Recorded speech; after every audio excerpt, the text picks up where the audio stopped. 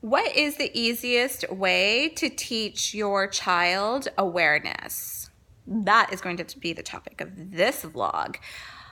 All right, so what's the easiest way? The easiest way to teach awareness is it is not easy, and it starts at the age, you need to start them young. You need to start around the age 3 or 4 or 5 if you have to, but starting them super young is important because, and how do you do it? So before I say because, I want to just how, okay? Everybody wants to know how though.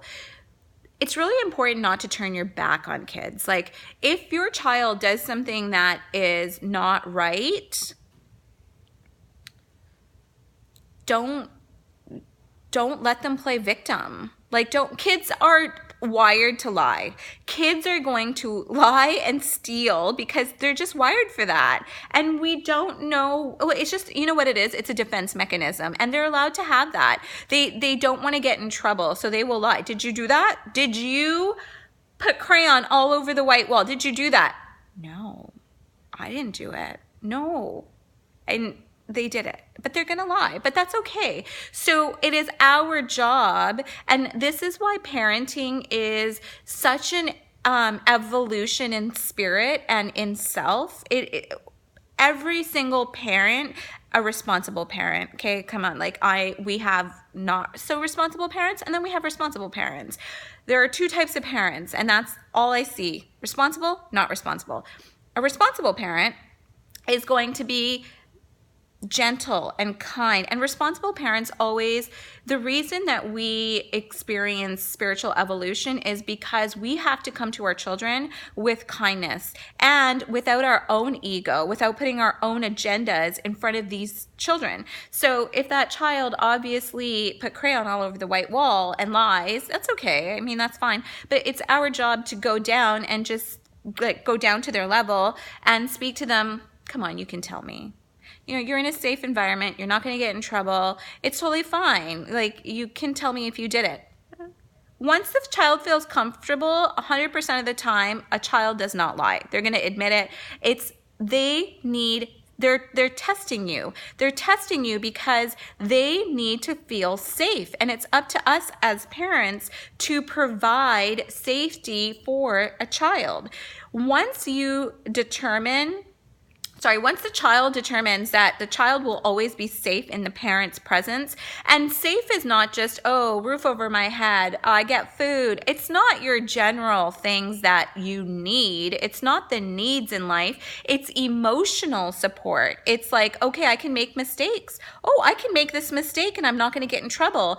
Okay, and you know what that does? It reduces mistakes. Your child will make less and less and less because you're telling them that it's okay to speak to me. So before they make a mistake, they're going to become aware. As they get older, they will become more and more aware of what's right and what's wrong, obviously, and they're going to do less and less of what's wrong because they will come back to like okay, so sorry, I'm all over the place. So coming back to, if your child, crayon all over the wall, your child says, yeah, I did do that, because now they feel safe, and you're going to say, okay, it's okay. What we're going to do now, we're going to grab some soapy water and we're going to spray the wall, and you're going to help me clean it. I will help you, but you are going to do most of the work. Get them to grab the bowl of water, get them to put soap in it, get them to grab a cloth, get them to do most of the work. You can do the higher parts, you can help them. And as you help them, communicate with them why you don't want writing on the wall. I'm an idiot. But you can actually like start talking to them, you know, we want to keep our home clean. We want to keep, this is not what we do to our home. This is what you do. Drawing is for a canvas. Would you like a canvas for Christmas? Maybe that's what they want. Maybe that's their inner artist coming out. Like, there is so much more when you talk to a child in a loving manner, but still discipline them. It's really important to this is my struggle when I look around. There is barely any discipline in the world anymore, especially with children. Children get away with so much, and they're little shits when they're teens then. They're fucking little shits because they're used to mom and dad getting them out of trouble. And mom and dad don't want to take responsibility. And it is such a depletion on this earth, a depletion. I'm going to use that word. A complete depletion of what positivity can be. And you know what happens to these children? They feel entitled. They are going to, I feel bad for them because they are going to walk this earth feeling like they're the victim. If you're not disciplining your child, you are creating future victims who will never take responsibility for the things that they do, and they're going to feel like people owe them something. That is not what we want to create. So awareness should start when they're 3. From awareness, so you make them, discipline them, get them to do, if they do something wrong, that's okay, it's not a big deal, but they need to fix it. My child was stealing stuffies when he was like 6 or 7, and the teacher, I got talked to, my arm's getting sore. So I got talked to by the teacher, and I went in, it was the most embarrassing thing. I wanted to kill him. It was so embarrassing. I'm like, my child is stealing fucking stuffies.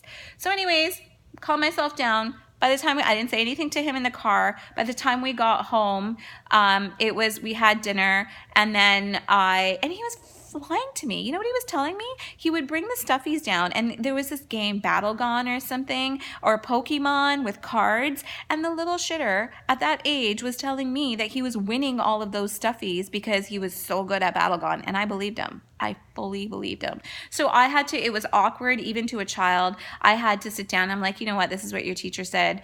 Found stuffies in your desk. Like, what is going on? He denied it, and then he eventually admitted it, went and got all the stuffies. He had like 12 or 13 stuffies. How long was he stealing for? Anyways, that's not important. But anyways, we talked about stealing. We talked about how the kids love their stuffies. Like, what if someone stole your stuffy? Wouldn't feel so good. No. So I didn't punish him, but what I did do, which was punishment enough, was he had to go return each individual stuffy and Pokemon cards that he was stealing to each child that he stole from. And you know what happened after that day? He never looked at another stuffy or another Pokemon card again. He stopped asking me for them. Even till this day, when he sees Pokemon cards at London Drugs and stuffies at London Drugs, he walks right by them because he holds shame. And I have to tell him, and we talk about it. You don't have to be shameful. We all make mistakes. Just don't do it again. Do the right thing. And he has been doing the right thing. So I think as parents, it's really important to discipline and to talk to children. Also, the other thing is, as they start growing, like mine was arguing with me a lot, like just stupid arguments. And the arguments were always he was blaming me. You did this, you did this, you did this, you did this. So what I started to do was I bought him 2 journals. One was a red Spider-Man journal. One was a black Spider-Man journal. And in his red Spider-Man journal, it was positive. So it was like, how did your day go? And that was his journaling book that he journaled in all the time. So sorry, I'm speaking fast. I'm like, blah, blah, blah. But anyways, the other was his Black Spider-Man book, which was basically, oh, there he is. Hi, Armand. Say hi. He just woke up. So the other one was his Black Spider-Man book, which he had to communicate with me. So there was a threshold of when I couldn't talk to him anymore. So when he kept arguing with me, you have to stop that. You can't keep getting into their arguments. Like, you can't let them play out. Communication becomes useless if you're just running around the same hamster wheel whether it's your kid or not, over and over again. So you need to stop. So I would stop him and I would tell him, you need to go write this out. This needs to be written. And as soon as he started writing it, and then I started pointing out, see, you said me, this is mom's fault, why is it? Tell me, where's your responsibility? Then he started taking responsibility because it was written. And he couldn't argue. And that was reflection. And please encourage your children to reflect. Get them to write. Get them journals. It is so important in their future even. Okay, that's it. It's almost 10 minutes. Gonna sign off. Love you guys. Bye.